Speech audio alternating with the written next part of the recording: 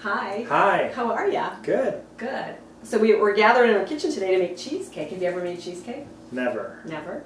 So we've had a few requests that have come through the website for people who are looking for a healthy, low-fat pumpkin cheesecake. Pumpkin. Yeah, and right in time for Thanksgiving and for the holidays. So that's what we're going to do. Great. Cheesecake's really pretty simple. You just need a few ingredients. You need cream cheese. And because this is a low-fat cheesecake, we're going to use low-fat cream cheese. 8 ounces of that, and then 8 ounces of non-fat. We've already got that in our mixer back here, Okay. and you want that to be at room temperature so that all of the ingredients can meld and incorporate. So we're going to mix that. We're not going to turn on the mixer because it would cause us a lot of noise here, but we're going to take that, add brown sugar, and some 3/4 cup of pumpkin. We've got some vanilla and cinnamon, and we're just going to mix everything up till it gets creamy, Okay. and then we're going to put it in the pan and put it in the slow cooker. And we'll mix for how long? Until it's creamy and incorporated. I would say like 2 or 3 minutes. Let's do it. Let's do it. All right, we have it. So we're back. We're back with beautiful, lovely cream cheese batter.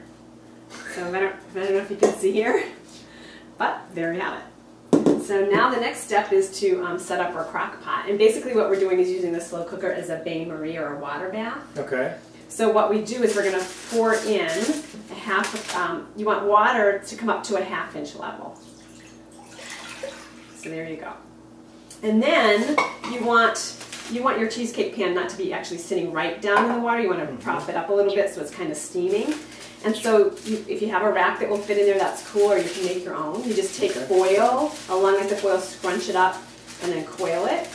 And then that would make a nice bed for the pan to sit on. Or sometimes what I do is these are the mason jar rings. Okay. And you could use those instead of the foil if you wanted. Just a little something to prop up the pan. And then you want any pan that will really fit, baking dish, that will fit in your slow cooker, usually 6 to 8 inches in diameter. So you could use a casserole dish. These are the pans that are designed specifically for cheesecake. They're called springform pans.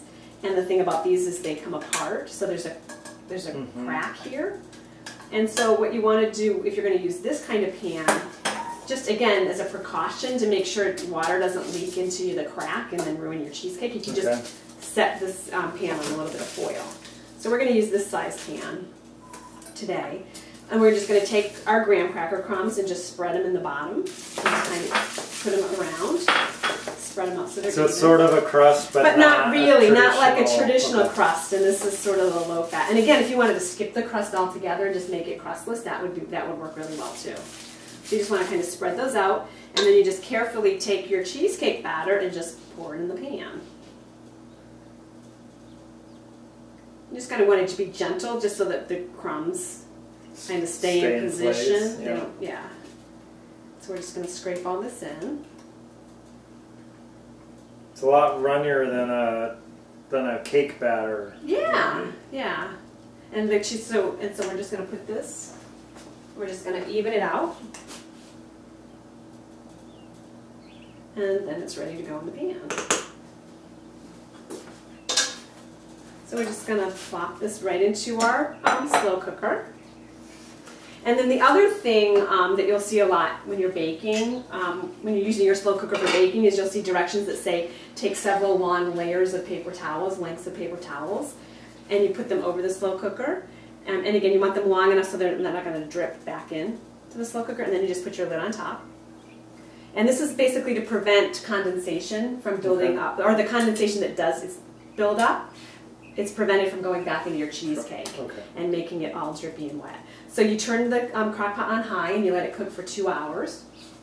It's going to be done right around 2.5 hours. What you're looking for is it'll puff up around the edges. It'll be set, except a little bit in the middle. If you shake it, it might still be a little bit jiggly, and then you know it's done. Okay. You're going to turn off your slow cooker, leave the lid off, and just let it sit there for 2 hours. Just so it slowly comes back down to temperature, and that will help leave the water, leave everything, and that'll help prevent it from cracking.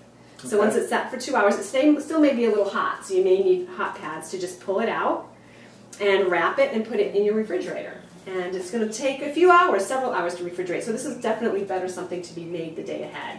Okay. So overnight in the refrigerator is best, and then you're ready to have cheesecake. And what about freezing? It'll freeze. In fact, that's what I'm going to do with this one. Pop it in the freezer and pull it out for Thanksgiving.